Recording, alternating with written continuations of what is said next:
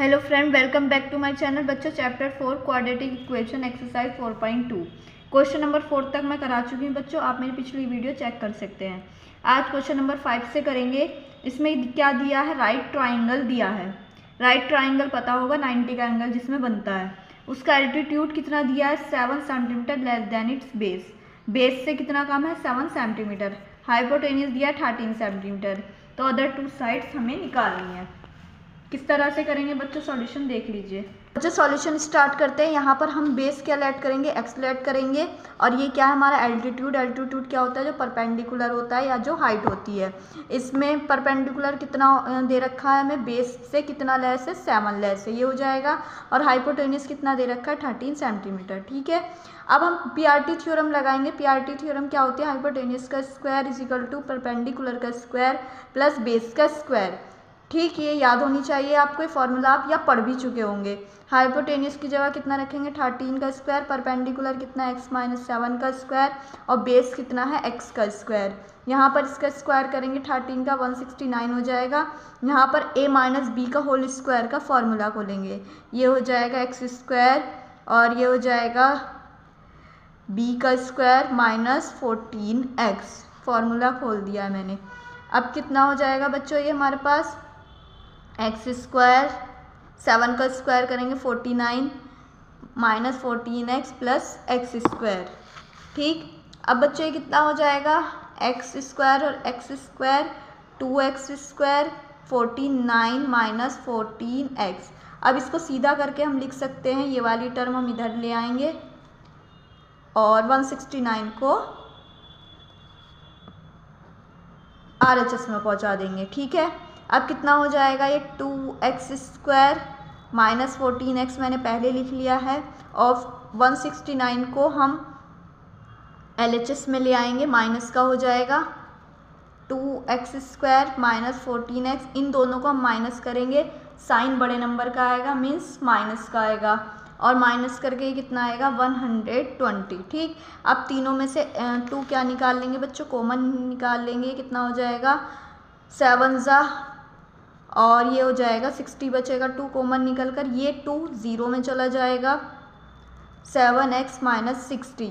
अब इसके mid splitting के मेथड से हम क्या करेंगे? फैक्टर फाइंड आउट करेंगे। माइनस करके क्या आना चाहिए? 7 मल्टीप्लाई करके क्या आना चाहिए? 60।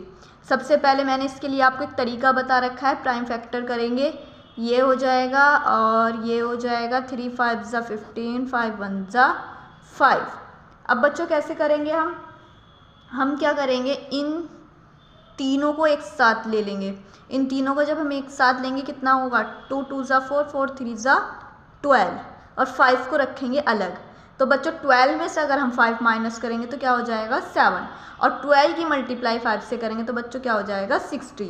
यही हमारे क्या मिल गए? हमें फैक्टर मिल गए हैं। अब इस 7 की जगह क्या रखेंगे हम? 12 माइनस 5 मल्टीप्लाई करा देंगे। 12x minus minus plus 5x minus 60 is equal to 0। 2 2 का पेयर बना के कॉमन ले लेंगे। x माइनस 12, यहाँ से ले लेंगे 5 कॉमन और ये भी क्या हो जाएगा? x minus 12। x minus 12 x plus 5। बच्चों 1 बाई 1 0 के इक्वल रखेंगे। पहले मैं 12 को 0 के इक्वल रख रही हूँ, तो x की वैल्यू क्या आ रही है? 12। ठीक, ऐसे यहाँ पर अगर मैं x प्लस 5 को 0 के इक्वल रखूँगी तो वैल्यू माइनस में आएगी और माइनस को हमें क्या करना होता है बच्चों? नेगलेक्ट। तो मतलब हमारी ये वैल्यू हो गई x इज इक्वल टू 12। तो बेस कितना आ गया है? यहाँ लिख देते हैं हम। बेस कितना था? x था और वो कितना बन गया हमारा? 12 सेंटीमीटर। ऐसे ही अगर हम एल्टीट्यूड निकालें, एल्टीट्यूड कितना हो जाएगा बच्चों? x माइनस 7 था ना एल्टीट्यूड, तो ये कितना हो जाएगा? 12 माइनस 7 मीन्स 5। 5 हो गया एल्टीट्यूड और बेस हो गया 12। नेक्स्ट क्वेश्चन की तरफ चलते हैं। क्वेश्चन नंबर 6 दिया है। एक फैक्ट्री है जो आर्टिकल प्रोड्यूस कर रही है। ठीक, फिर क्या कह रहा है? It on a particular day the cost of production of each article कितना है? 3 मोर देन है twice the number of articles. बच्चों इसको मैं सॉल्यूशन में करवा रही हूँ, आप ध्यान से सुनेंगे। बच्चों यहाँ पर नंबर ऑफ आर्टिकल क्या ऐड करेंगे? x। अब cost of production of each article मतलब एक आर्टिकल का जो कॉस्ट है वो उसके बारे में हमें कितना दिया है? हमें दिया है उसके बारे में कि 3 मोर देन है 3 प्लस करना है, किसमें प्लस करना है, ट्वाइस द आर्टिकल। आर्टिकल कितने थे, एक्स लेट करे थे, तो इसका ट्वाइस कहा है क्वेश्चन में। तो ये क्या हो गया हमारा, 1 आर्टिकल का कॉस्ट निकल कर आ गई है। अब अकॉर्डिंग टू क्वेश्चन जाएंगे, टोटल कॉस्ट कितनी दी है बच्चों में, 90 दी है, पढ़ लेना। ठीक, टोटल कॉस्ट कैसे निकल कर आएगी, ये 1 की कॉस्ट है 1 आर्टिकल की, टोटल आर्टिकल कितने की है, लेट एक्स किए हैं, तो टोटल की कॉस्ट इनको आपस में मल्टीप्लाई करके आ जाएगी। ये बन गई हमारी इक्वेशन। अब इसको सॉल्व करना है, कितना हो जाएगा, 3x 2x² is equal to 90, 2x² 3x minus 90 is equal to 0। बच्चों मल्टीप्लाई करेंगे इनकी आपस में, कितना हो जाएगा, 2 और 90 की 180, मीन्स माइनस करके आना चाहिए 3 और मल्टीप्लाई करके क्या आना चाहिए, 180। तो 180 के फैक्टर करके देख लेते हैं, 2 9 18, ये हो जाएगा 45, ये हो जाएगा 3 से कट करेंगे 15 बार में, ये 3 5 5 1 5।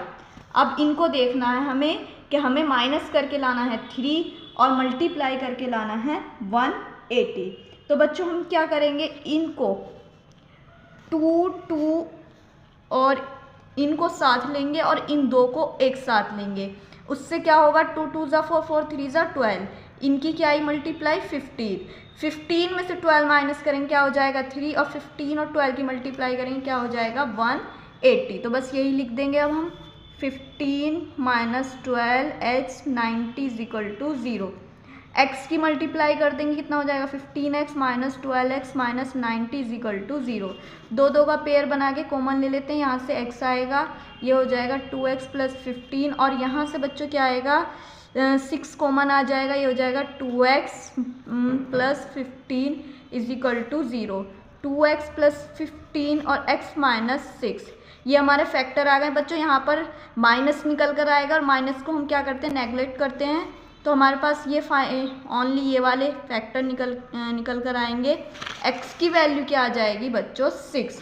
तो नंबर ऑफ आर्टिकल कितना निकल कर आ गया है, x लेट किया था हमने तो 6 आ गया, नंबर ऑफ आर्टिकल कितने हैं 6 बन रहे हैं। और इनकी कॉस्ट क्या आ जाएगी बच्चों, the cost of production of each particle, मतलब हर एक आर्टिकल की कॉस्ट कितनी निकल कर आएगी, the cost of production of each article, मतलब हर एक आर्टिकल की कॉस्ट कितनी निकल कर आएगी, 3 + 2x थी बच्चों, तो ये कितनी निकल कर आ जाएगी, ये सॉल्व कर लेंगे हम, ये हो जाएगा x की जगह मैंने 6 रख दिया है, 15। हर एक आर्टिकल की कॉस्ट कितनी है 15 है, और आर्टिकल्स कितने हैं 6 है। बच्चों आई होप आपको समझ में आया है। अगर इसके बाद भी कोई प्रॉब्लम है तो आप मुझसे कमेंट करके पूछ सकते हैं। Thank you.